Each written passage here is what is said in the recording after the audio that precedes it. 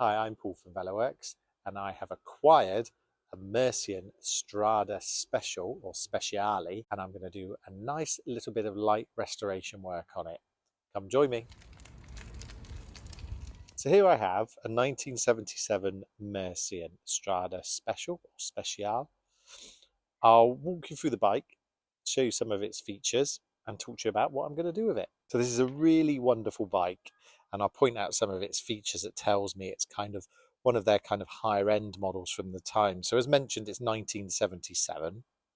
It's had a respray at some point because it's got a 531 respray sticker. So this is from a period of time where Reynolds would only let people respraying their bikes get the 531 respray sticker. Nowadays you can actually get period correct and decals, so a little bit nicer, but it has been sprayed, I would say, to quite a good standard. It has some chips and little bits here and there. I'm going to touch those bits up. I'm never going to be able to match the exact color, but basically what the idea of what I'm going to go for with this bike is I'm just going to give it a nice full service, refresh it with some tires, some brake hoods, some new tape.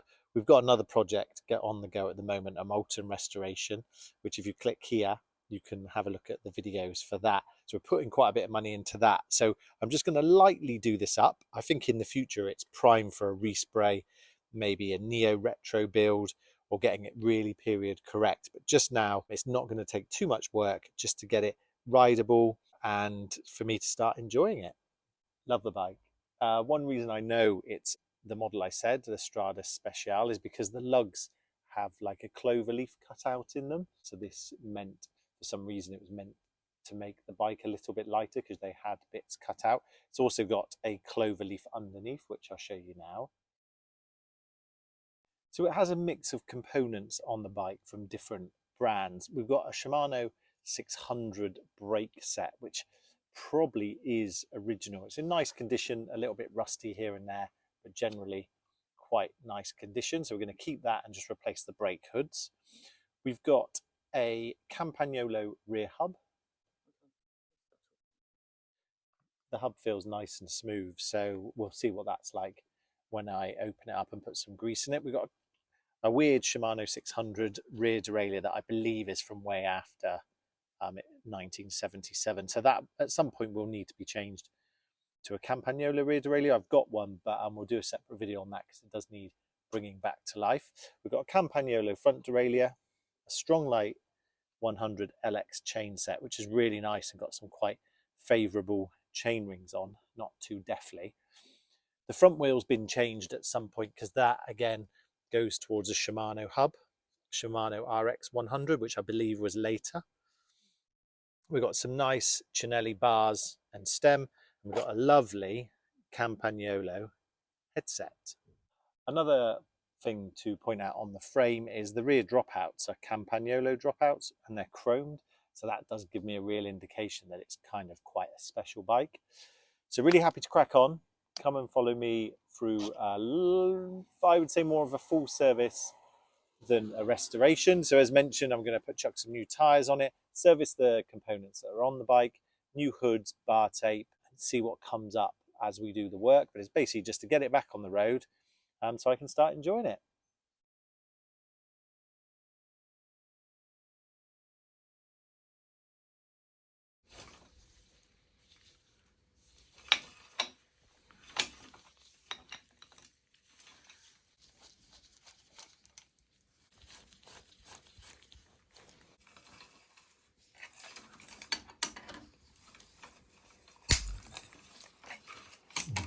Crunchy.